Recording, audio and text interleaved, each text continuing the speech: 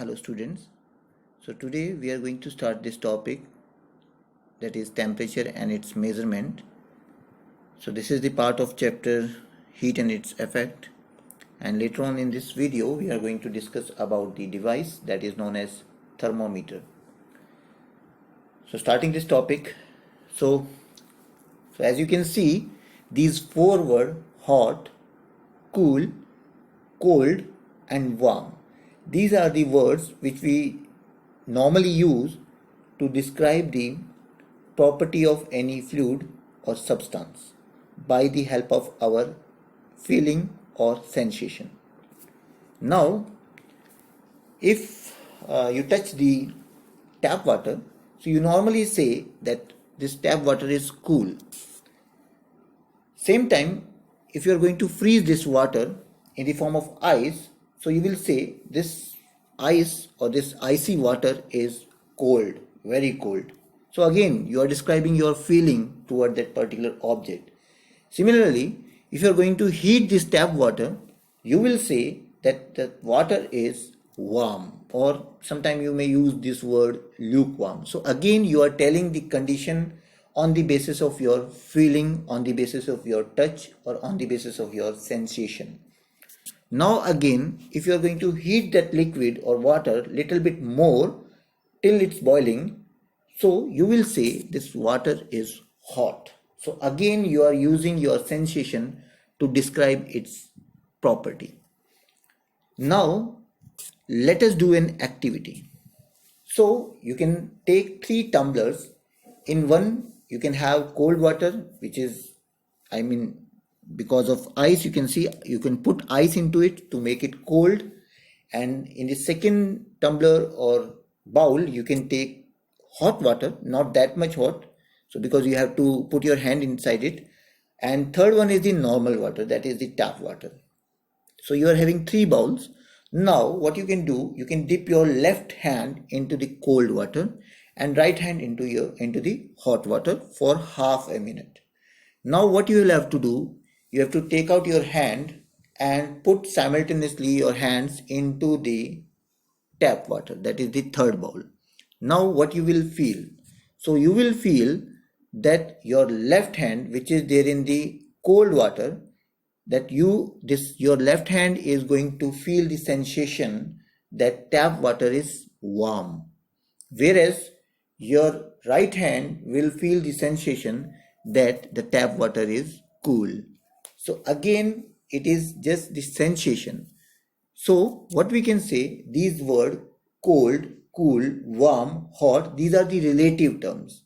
So these are basically related and compared to tell you about the sensation.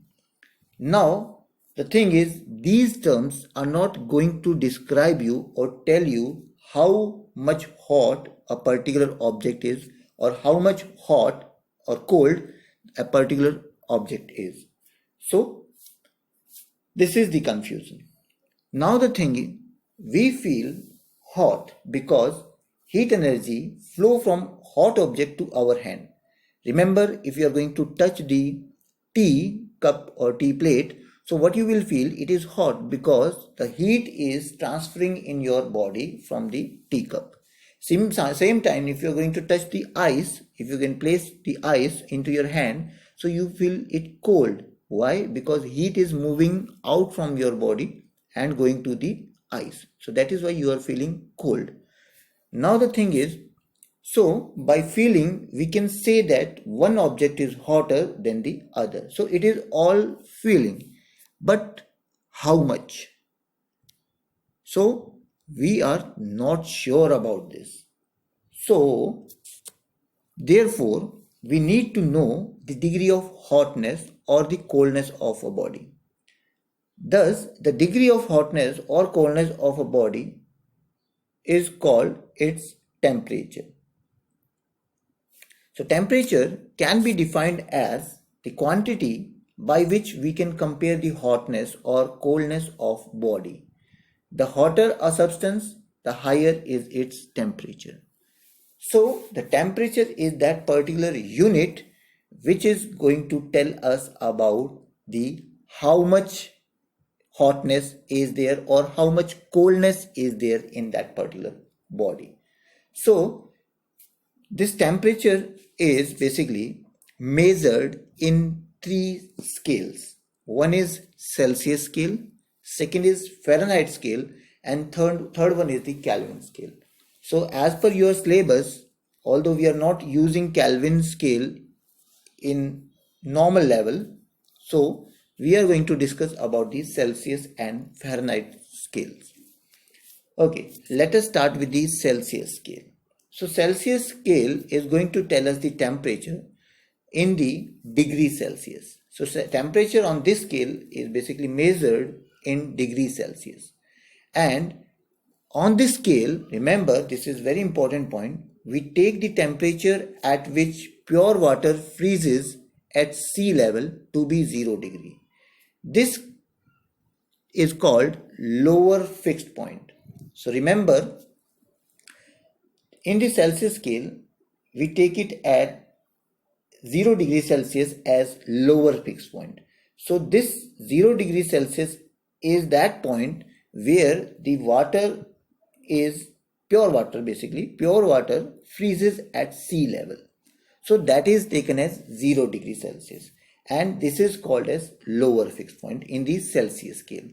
Same time, the temperature at which pure water boils at sea level, so it is called upper fixed point. Remember, this sea level is being used. So what is this sea level? This is all about the atmospheric pressure.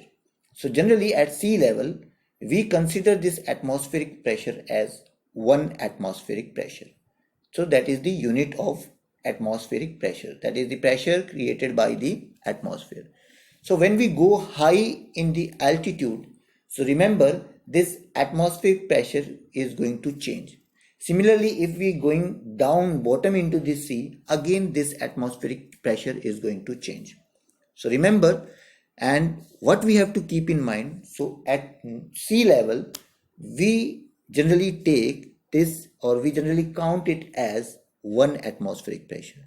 So that is why this sea level condition is being taken to tell us about this 0 degree Celsius, that is the lower fixed point, and 100 degrees Celsius, that is the upper fixed point. So remember, upper fixed point is the point of temperature where the pure water boils, again at sea level. Now there is one more scale, that is Fahrenheit scale. So remember, in Fahrenheit scale, the temperature on this scale is basically measured in degree Fahrenheit, not in degree Celsius. So that is the Celsius scale, and it is the Fahrenheit scale. Now the thing is, the lowest point, the lower fixed point in this Fahrenheit scale is 32 degree Fahrenheit, and in that case it was 0 degree Celsius. And the upper fixed point is here, it is 212 degree Fahrenheit. So remember, Fahrenheit scale and Celsius scale both has taken pure water as standard. So their boiling and the counting on the number they have taken was different. Now if you are going to compare these two scales, so this is the scale you can see. So lower fixed point in the case of Celsius scale, that is onto your screen, onto your left side you can see. So this is the Celsius scale. So here the lower fixed point is 0 degree Celsius, and same time onto the right side, that is the Fahrenheit scale, it is 32 degree Fahrenheit.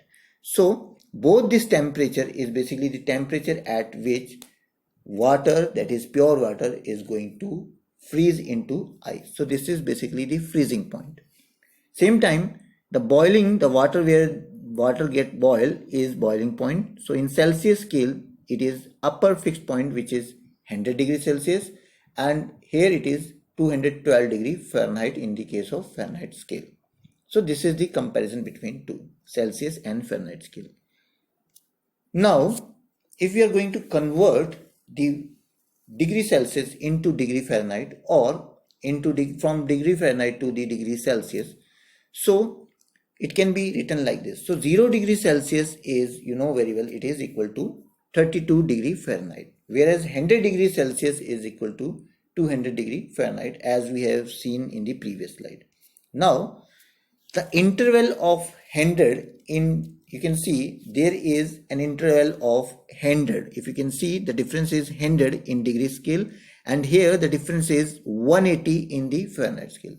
So the ratio which come out, if we are going to relate these two things, so in degree Celsius to degree Fahrenheit, so the ratio is coming out to be 100 ratio 180, or you can say it is 5 ratio 9.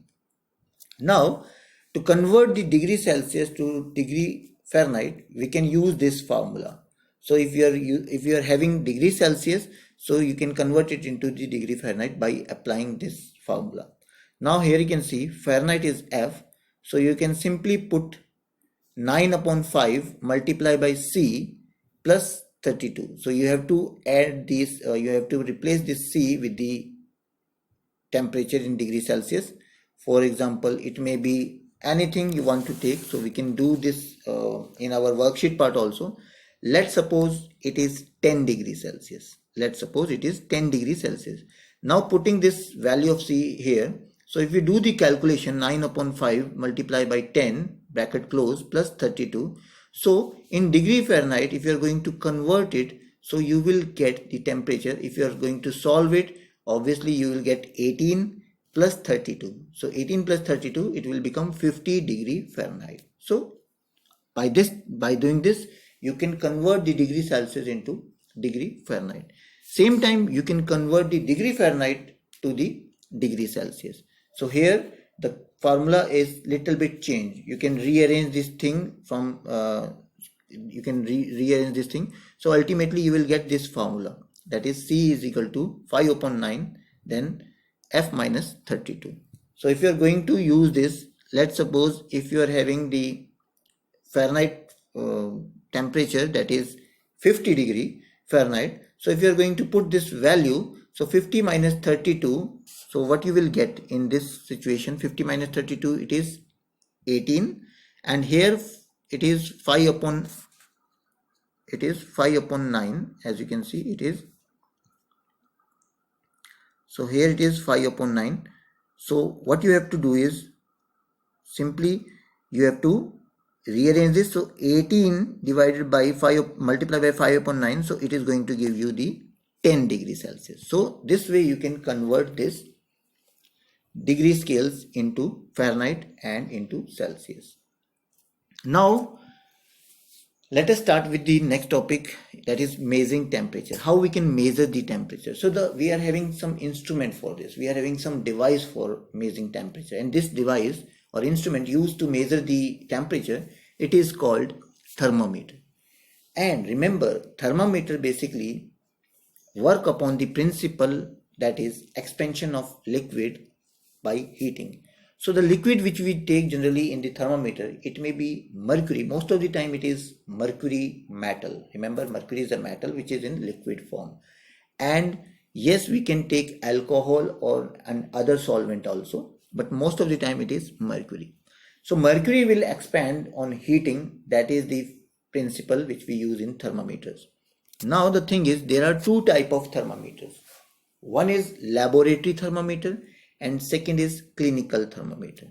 So let us start discussing the laboratory thermometer. So laboratory thermometer is available in our laboratory, no doubt, and it consists of long, thin, uniform glass tube sealed at one end. So remember, that is the top end of the thermometer, and with the bottom end, that is having a bulb that is again made up of glass, which is filled with the liquid, and that liquid is normally mercury. And yes, as the temperature rises, the mercury expands and rises into the thin tube called stem.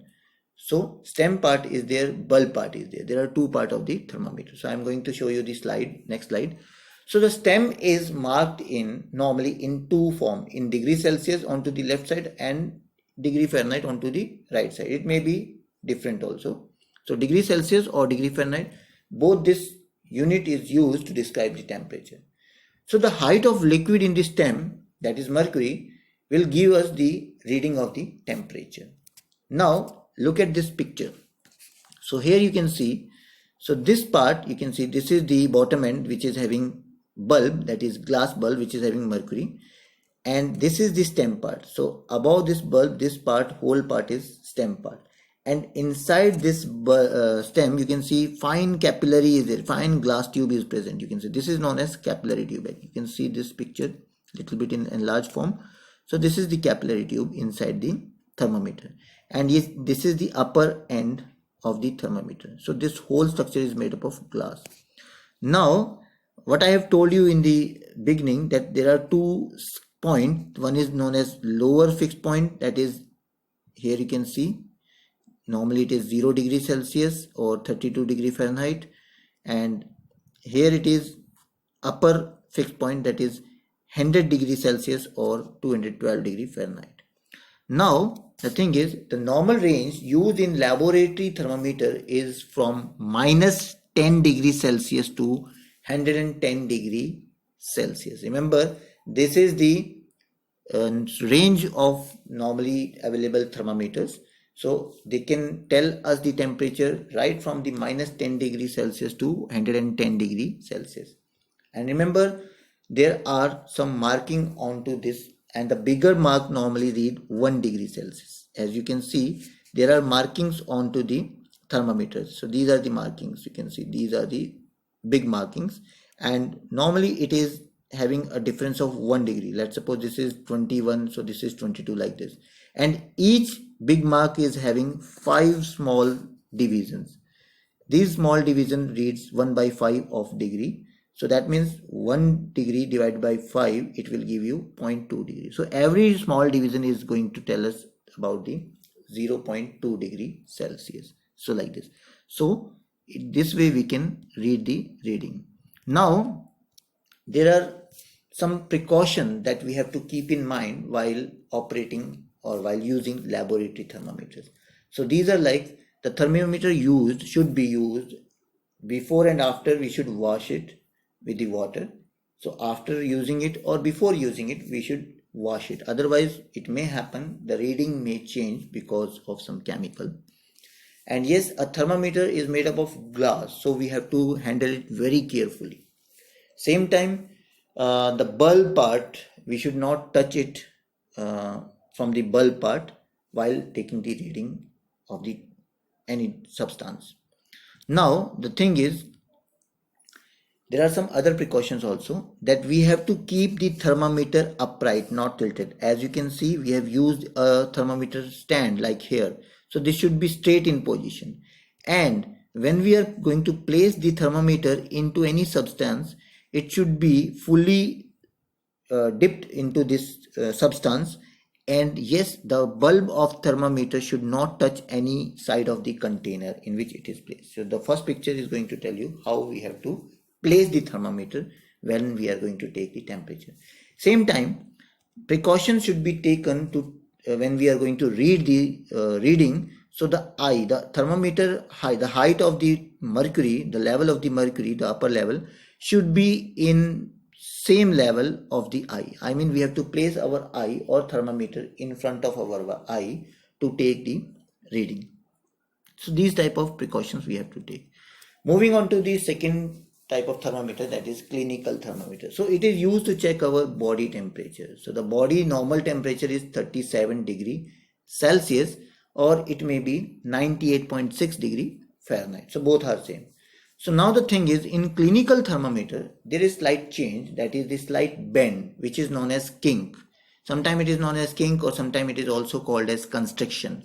So this constriction is available, or kink is available in the stem part just above the bulb, so that the mercury should not fall immediately after taking the temperature. So when we are recording the temperature of our body, so it will stay there, the mercury level will stay there till we are going to put it down with the help of jerks. Okay, now if we are going to see the clinical thermometer, so normally it ranges from 35 degrees Celsius to 42 degrees Celsius. So this is the normal range of clinical thermometer, and this is the normal body temperature, that is 98.6 Fahrenheit. So if it is more than 98.6 degree Fahrenheit, so we can say that we are suffering from some kind of fever. So this is basically the use of clinical thermometer. So this is all about the thermometer in this chapter. So whatever is the questions given in the worksheet, you have to perform this in your notebook.